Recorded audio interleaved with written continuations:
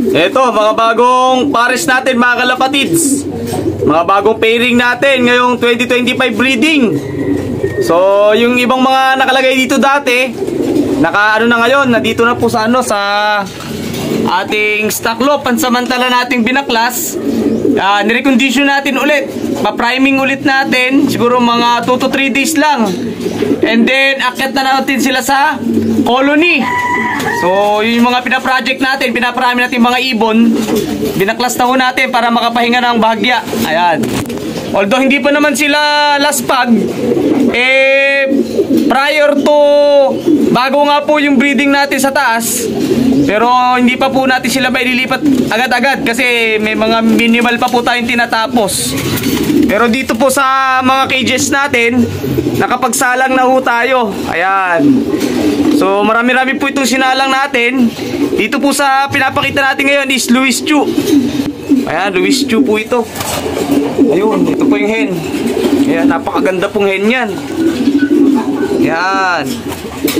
Tapos dito po sa stitch natin. Ayan, stitch sa Cagayan na Arden. Pinagbangga ko ngayon. Kuha na natin pang APR mga kalapatids. Pang OLR pa rin. Ayan. Subok tayo sa APR Supreme. Partner natin dyan si Sir Emilio. Shoutout sa iyo, Sir. Ayan. Mga bagong pairing natin. And then dito naman stitch sa Morris. Ito po. Ito mga crosses ginawa natin ngayon. Para pang ano, pang laban talaga. Battle cross sila, battle cross. So ito po, pares na rin ho ito. Dati ang kapares ho nitong black checkered na yan is yung nanay ni Nugnog. So ngayon iniba ko naman po ng hen para magamit natin yung mga ibang hen natin. I-stack lang sila sa ano stock loop. Shoutout kay Boss Kit. Ayan, ito na yung Morris mo, Boss Kit. Ayan, sinalang na natin. Parehas silang velvet. Ganda ng kalalabasan nito. Yan ang mga paborito kong kulay. Saka bloodline. Kasi talagang magagaling sila. Dumudulo, saka tumatapos ng karera. Dito sa pinakataas, meron pa tayo dito sinalang, Japan. Ito ngayon, itong blue bar na white flight. Galing ho ito kay Sir Ong. Ayan, yan po yung nag-first overall champion sa palaro natin sa HPC noong Christmas funrace, 5 laps. Yan po yung first overall champion. Complete clock po yan. From lap 1 to final lap. Yan, yung blue bar na po na to. Yan. Pinagkatiwala ko sa atin yan ni Sir Ong. Ayan, shoutout po. Yan. Sir Ong, sinalang na rin natin. Binangga ako sa Japan. Tingnan natin kung maganda kakalabasan. Yan. Although maganda na kasi nga winner na tong kak. So kukuhanan din natin pang FPR. Masusubukan yung mga lahi nila, hindi lang sa fan race, kundi sa mas malalayong karera, sa mas maraming kalaban. Mas challenging yung magiging laban ng mga magiging anak nito sila. Bro Jem! Yan! Hindi ko na nilaban si Grisel. Inano ko na lang, binread ko muna. Saka na natin ilaban sa South. Ibibreed muna natin, kuhanan ko muna para mapanlaban sa OLR. Ayan o, ang partner niya Louis Student. Ayan, kulay white. May pagka-grizzle niya, may pagka-itim-itim. Ayan o, pag binaba yung brightness, makikita mo yung pagka-black niya. Pagka nasisinagan ng araw, para siyang pure white. Ayan, ganda ng partner nito, bro. Ayan o, napakaganda ng hen mo. So subukan natin i-breed muna. Testing tayo sa off color naman, sa FPR. Or kung may papala rin, makapag-entry pa sa Alegre. Ayan, kuhanan din natin to. Ayan, may mga bago na naman tayong i-harvest. So may na-harvest na ako parang mga nasa 10 ata hanggang 15 na young bird. Ito mga na-late to. Pero may may-ari na nito mga kalapatids. Yan. Parehas checkered ang parents. Naglabas ng isang blue bar. Blue bar po yung isa. Baka nag-throwback. Hindi ko lang alam kung saan nag-throwback sa kanilang dalawa. Ayan, Japan din ho ito, Japan. Dito rin ho sa ano, sa anak ng embrek natin. Ayan po, napakaganda. Ayan, napakagandang ibon. Ayan mga kalapatids, solid.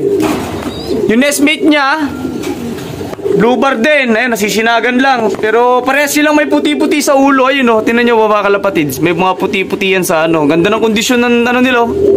Ganda ng kondisyon ng mga ibon natin. Ayan, tingnan nyo. Ayan, maganda po yung kanilang mga droppings. Ayan o. Oh. Ito po yung mga second clutch. Ayan, yung mga pinaposter ho natin. Ang ganda na itong pula na to, kaso may may-ari na nito. Ito yung blue bar. Ayan, blue bar po, yung ano, embrek natin na isa. Parehas silang may mga puti-puti sa ulo.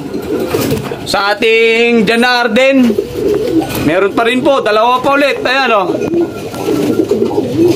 Dalawa. Tapos dito may pinaposter ako sa Alphonse natin. Kasi after nitong subuan sa ma-harvest, i-akit na rin natin sa taas to, itong mga Alphonse natin. Ito Jan Arden to, silver eye. Yan. Nag-iisa nga lang mga kalapatids. Ito ang parents niya no. At ang parents nila ngayon ay nagpisa na rin. Ayan, nakita natin may itlog na. Ay, may crack egg. Ayan, may pisa na yan mga kalapatids. Check natin. Kaso iisa lang to eh. Ayan no. Iisa lang uli. Medyo madamot magbigay ng inaka itong ano, Jan Arden na silver eye. Ito yung unang ano niya oh. Ito yung pangalawang clutch niya.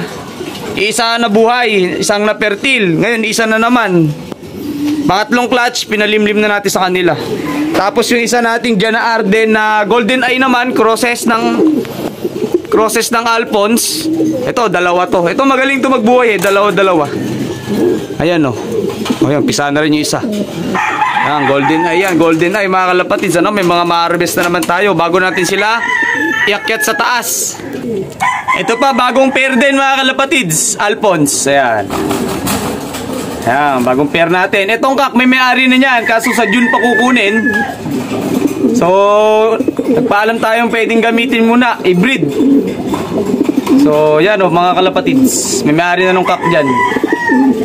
Tapos dito, meron pa rin tayo dito.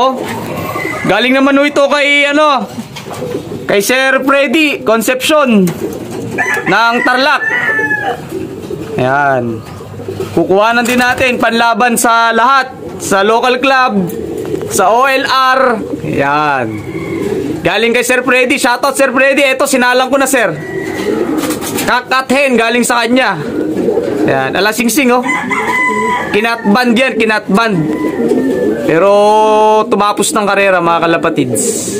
Yan po yung mga bago nating parisan dito sa ating breeder dito sa baba. Ayan. Kaya still puno pa rin po ito. Ito pa pala, nanay ni Whitetail, sinalang kulit. Yan ang nanay ni Whitetail mga kalapatids. Ang kaparis niya is ibon ni paring Derek Brayrolop Official. Shoutout pare. Sinalang ko na ulit yung kak. Ayan. Ganda.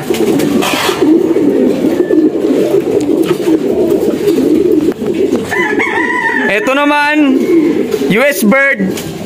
Cross naman dito sa ibon nila paring Maklon. Ayan, shoutout sa kumpare ko from Bulacan. Ayan, bro, kumpare, sinalang ko na yung kak. Eto, kuha na natin pang OLR. Sa OLR natin susubukan yung mga lahi nila. Etong nestmate, may-ari rin po niyan. Kaparehas nung Alphonse kanina. Yan, yung US bird. Kinross natin dito sa ano. Anak ko ito ng nag-overall champion sa EDL OLR. Ayan. Medyo magulang-gulang na rin tong kak na to, pero still maganda pa rin po yung ano nilalabas. Kuhanan pa rin natin. Ngayon masusubukan siya pang OLR. Ayan. Tapos itong mga to, mga ilang araw na lang sa taas na yan sila magbibreed. Inaano kasi natin, baka biglang maglugon. Kailangan may ilagay natin ulit sila agad sa ano, sa breeding. Pero mas maganda na yung breeding nila doon kasi nga mas malawak. Ganda dito sa stock loop natin oh, laging kondisyon ng ibon kasi naaarawan sila. Ayan oh, iba yung bigay ng ano eh, Iba yung bigay talaga ng sikat ng araw, yung rekta sa lop. Pero wag naman 100%. Yung mga ganyan, tama lang yan, yung nasa shade ng araw. Yan, kita nyo, kondisyon yung ibon. Pagkaawat sa breeding, sa 2 araw pa lang, 1 araw pa nga lang eh, balik na sa ano, parang hindi na nagsubo. Pati rito sa mga hen, o yan, tingnan yung mga hen natin. Parang mga hindi galing sa breeding. Kasi gawa ho ng araw, ang bilis nila makarecover. Pagkalipat natin sa kanila, pinaliguan agad natin sila. Tapos pinurga ulit. O yun, mga kalapatids, balik na agad sa kondisyon. Yan. Abangan ho natin to sila sa ano, sa taas. Sabagay, magbablog ho tayo kapag itatransfer na natin sila sa taas. 16 ho na pares, 32 na kalapate ang iakyat natin doon. Ayan.